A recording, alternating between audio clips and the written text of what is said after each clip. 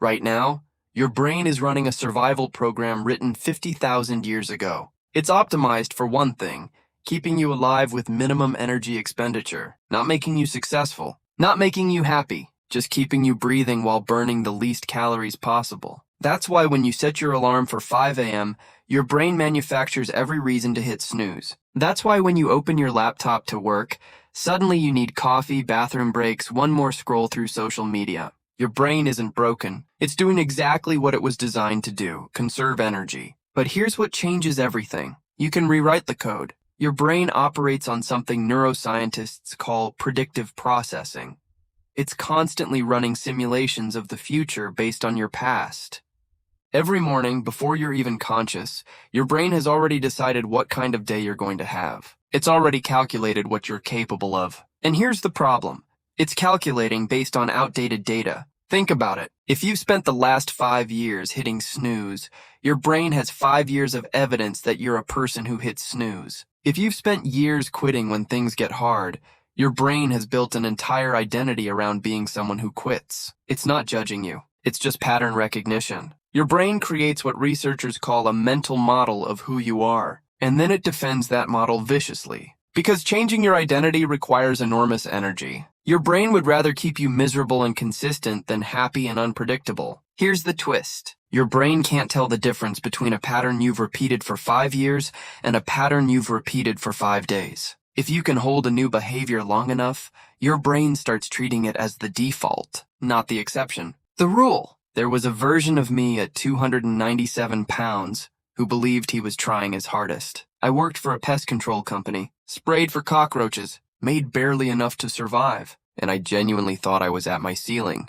I'd look in the mirror and think, this is it. This is maximum effort. This is who I am. My brain had built an entire architecture around that identity. When I'd think about changing, my brain would flood me with evidence. You've tried before. You always quit. You're not that guy. You don't have that DNA. But there was one thought that terrified me more than failing. The thought that this could be the rest of my life. Not the weight. Not the dead-end job. The idea that I would die never knowing what I was actually capable of. That scared me more than any amount of suffering. So I made a decision that changed how my brain computed reality. I decided to treat my brain like hostile software that needed to be overwritten. Not motivated. Not inspired. Reprogrammed. First time I went running, I made it a quarter mile before I had to stop. My brain was screaming. Every signal was red alert. This is dangerous. This is unnecessary. Stop immediately. And here's what most people don't understand.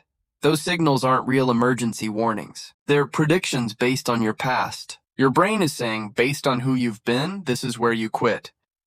But I didn't negotiate with it. I didn't try to psych myself up or visualize success. I just went back the next day, and the day after that, and what happened over the next few weeks wasn't inspiration. It was something deeper. My brain started recognizing a new pattern, a new normal. It stopped trying to save me from running, because running became part of the identity calculation. That's the secret nobody tells you. You don't need to win the war with your brain. You just need to show up consistently enough that your brain reclassifies the behavior, from threat to normal, from exceptional to expected. Here's how you actually rewrite your brain's operating system. Step 1. You need to understand the difference between trying hard and what your brain thinks is trying hard. Right now, your brain has a ceiling. It's calculated based on your history. When you hit that ceiling, your brain floods you with discomfort signals. Not because you've reached your actual limit, because you've reached your historical limit. Most people feel that discomfort and think, okay, I'm at my max. But that's not your max. That's just the edge of your comfort zone. Your brain is running a bluff. It's trying to keep you in the known territory because the unknown requires more energy to process. So the first move is recognition. When you feel that wall of discomfort, the voice saying you can't, you're not built for this isn't who you are, that's not truth. That's just your brain protecting outdated identity data. You don't argue with it. You just note it and keep moving. Step 2, you have to create what I call forced adaptation situations. Your brain adapts based on what it thinks is normal. So you have to show it a new normal. When I was in Navy SEAL training for 18 months, going through hell week 3 times, my body was destroyed. Stress fractures, shin splints. I was duct taping my feet together just to stand up. But here's what happened in my brain. After the first few weeks, my brain stopped treating the suffering as an emergency. It started treating it as environment. Like you go to work, put on a suit, sit in meetings, I went to work, taped up my broken body, went through hell. That became my baseline. My brain said, okay, apparently this is what we do now. And once it accepted that, the suffering didn't decrease, but the resistance did. Your brain is constantly asking, what's normal for us? And it bases that answer on repetition, not intensity. You can have one heroic day and your brain files it under anomaly. But if you can string together even 5 days of new behavior, your brain starts building new pathways, new predictions, new identity. The method is simple but not easy. You pick one behavior that contradicts your current identity, not 10 behaviors. One, and you repeat it daily until your brain stops fighting it. Could be waking up at 5 a.m., could be reading for an hour, could be doing 100 push-ups. Doesn't matter what it is. What matters is that it's something the old version of you doesn't do. And here's the part everyone gets wrong. You don't wait until you feel motivated. You don't wait until it feels good. You do it especially when it feels terrible, because that's when you're actually overwriting the code. When it's easy, you're just confirming what your brain already believed. When it's hard and you do it anyway, you're teaching your brain a new pattern. Step 3. You need to divorce outcome from identity. Most people tie their identity to results. I'm a runner if I finish the marathon. I'm disciplined if I lose the weight. But that's backwards. Your brain doesn't work in future tense. It works in present tense. You have to claim the identity first, then let the behavior flow from that. You're not someone trying to become disciplined. You're a disciplined person who's just starting to act like it. Sounds like semantics. It's not. Your brain treats those two frameworks completely differently. When you're trying to become something, every hard moment is evidence that you're not there yet. You're an imposter. You're faking it. And your brain uses that doubt as permission to quit. But when you decide you already are that person, every hard moment is just part of the job. Of course it's hard. This is what disciplined people do. They do hard things. Not because they feel like it, because that's the identity. I wasn't trying to become a Navy SEAL. I was a Navy SEAL who just hadn't finished training yet. That shift from aspiring to embodying changed everything. Because my brain stopped treating the suffering as something foreign that I had to endure, and started treating it as something native that I was built for. Step 4. You have to build what neuroscientists call cognitive load tolerance. Your brain is lazy because processing new information is metabolically expensive. It takes energy. So your brain tries to automate everything possible. That's why you can drive home on autopilot. Your brain has saved that route as a program, so it doesn't have to think about it. But here's the problem with automation.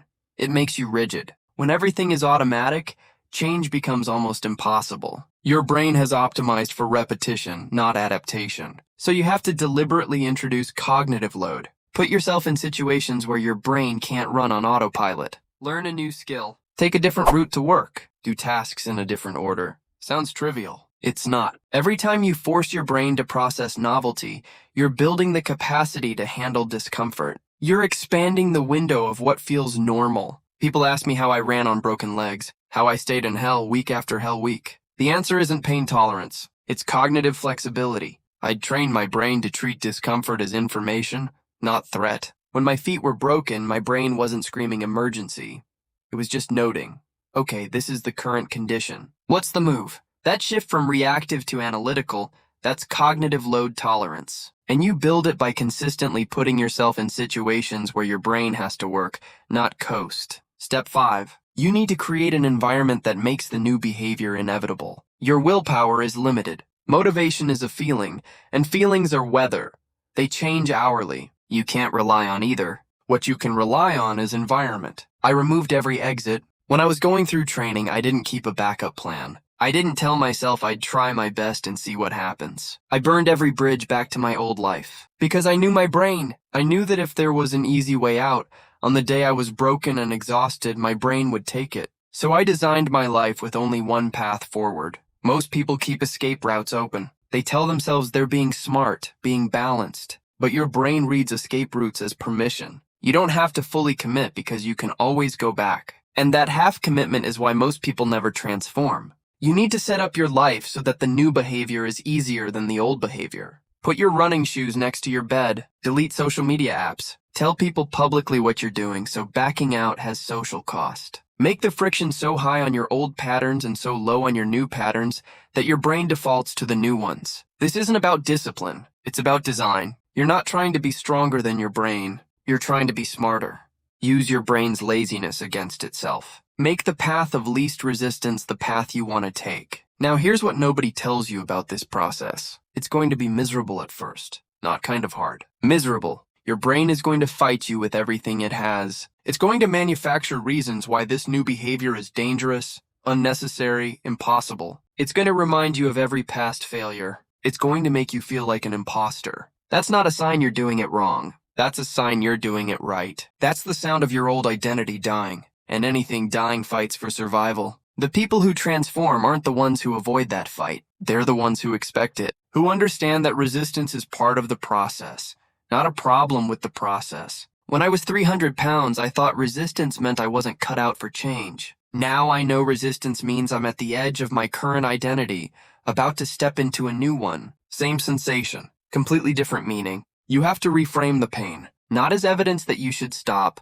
but as evidence that you're in the growth zone. Your brain only fights when it detects change. If it's fighting, you're changing. And here's the beautiful part. The fight doesn't last forever. Remember, your brain adapts. It might take 5 days. It might take 5 weeks. But eventually, your brain stops trying to pull you back to the old pattern because the new pattern has become the default. The suffering doesn't end, but the resistance does. You're not building a life without discomfort. You're building a life where discomfort doesn't control your decisions, where you can feel every signal your brain throws at you and still choose the harder path. That's freedom, not comfort. Agency. Most people are living in a prison built by their own brain's predictions. They think they know what they're capable of because their brain has shown them the same ceiling for years. But that ceiling is imaginary. It's just the highest point you've reached with your current programming. When you reprogram, the ceiling lifts, not because you become superhuman, because you become actually human. Because you start operating at a level closer to your actual capacity